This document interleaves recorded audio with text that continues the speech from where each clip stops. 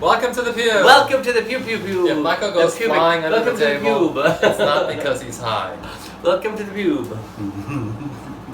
The pubescence? The pubescence. Well, we're today going to talk about doll parts and the New York Times article uncovering the parts of the doll, Amanda Lepore. Yeah, Amanda Lepore is getting great press for her book Doll Parts, and this week there was a huge article about her in the New York Times describing her surgery and her journey to becoming an international trans diva. Yes, and my favorite parts were the doll parts, where the trans community, which I don't know where they get. Who is in charge of the trans community? Oh, they're self-appointed. Oh, they're self-appointed. Where they're up in arms of doll parts. No, they're up in arms with her, or they're not comfortable with Amanda being the face of trans women Yes, in let me read the quote. Let me read the quote. So apparently, they don't think that Amanda is a good spokesmodel for what they're trying to do because... What are they trying to do? Because she's too glamorous and pretty. Right, that's exactly what it is.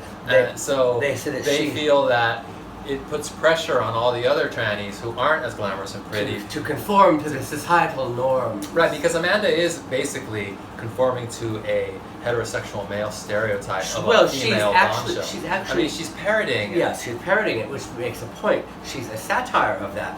But at the same time, she is referencing it. So she's both a satire of it and we all were. A personification of it. Yes, that's that having your cake and eat it too thing.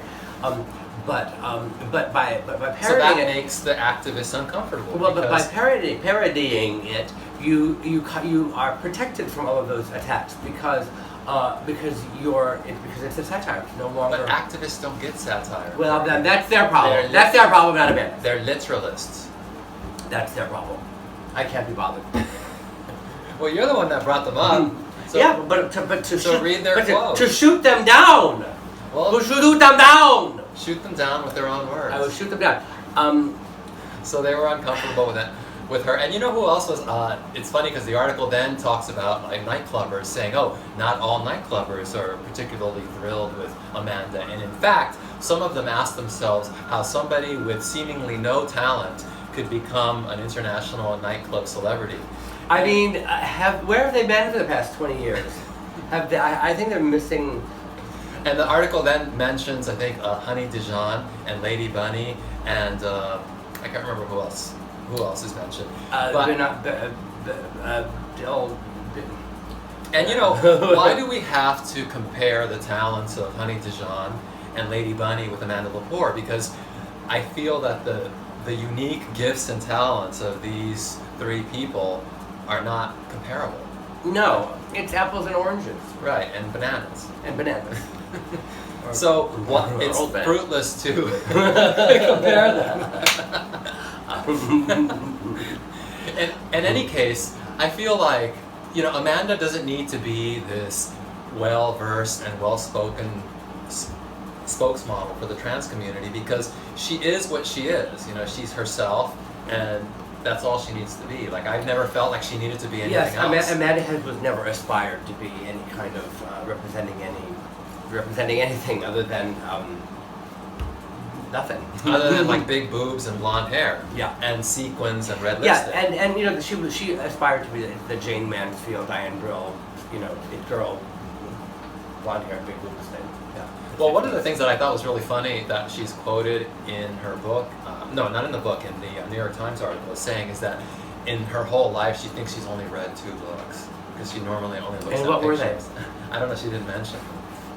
She probably read them such a long time ago. I'm curious to know what they were. Funny what thinking Jane.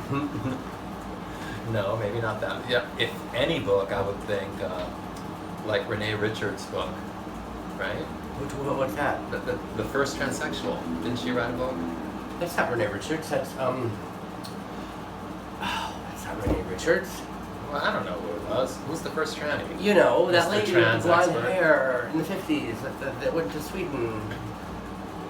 Oh yeah, they just... not Janet Dickinson. Alright. Yeah, it starts with a J. That book. Yeah. She might have read that. Maybe. What was her name? I don't know. The first one. Well, we're going to take a break and we're going to find out. And now a word from our sponsor.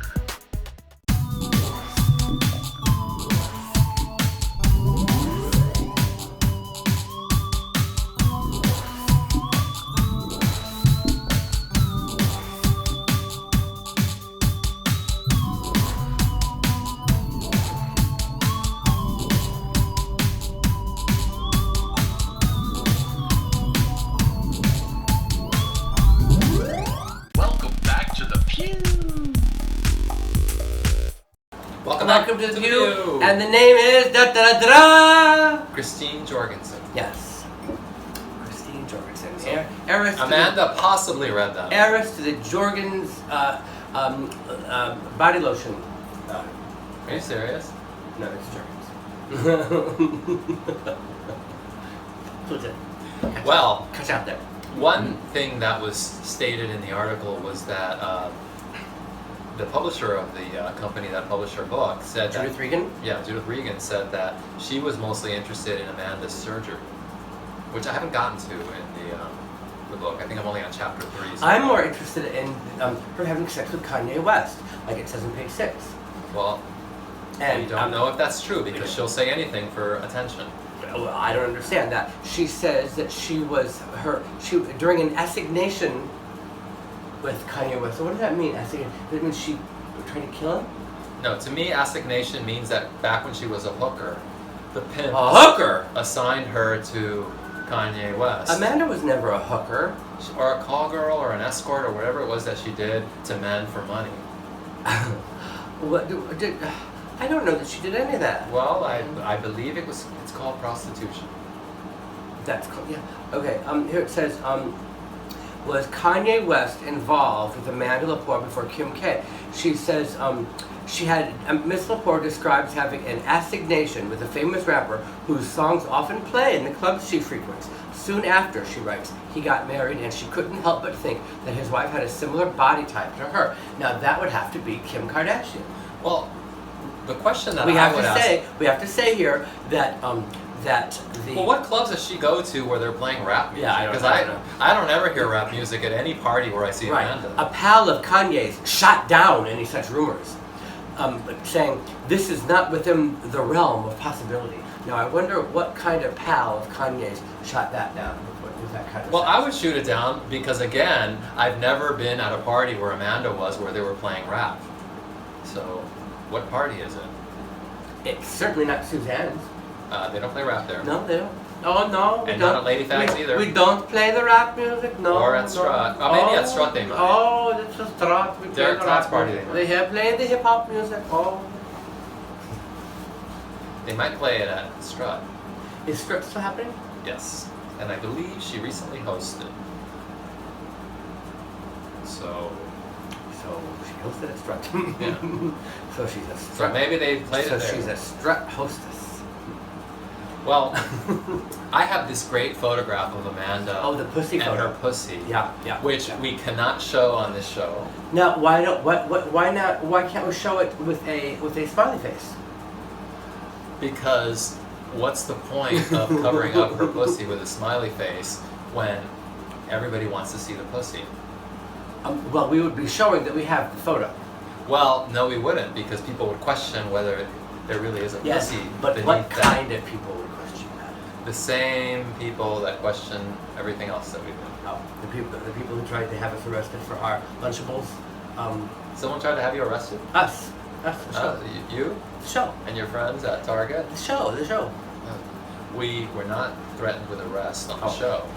We were threatened with banishment from YouTube. Even worse. a fate worse than arrest. Right. Throw us in jail, prosecute us, but don't take away our attention whoring YouTube show. Now, is that whoring W-H-O-R-E or H-O-A-R? Attention whore. Right, we were just wondering what hoary means. Because somebody H-O-A-R-Y. Somebody used it to describe Caitlyn Jenner. And Amanda. And we looked it up, and there's not a nice. It's not a nice. It's not necessarily a bad thing. Oh, ancient. Something so gray-haired. old. Something so old as to be venerated as like ancient. With gray hair. Like as an ancient relic. I guess that's not a I guess that's a compliment. I don't know. I'm genuinely entertained by Amanda, even when she's just sitting there doing nothing.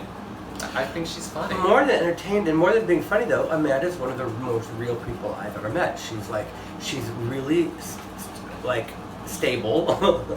Weirdly enough, she's stable and she's she's stable and she knows who she is.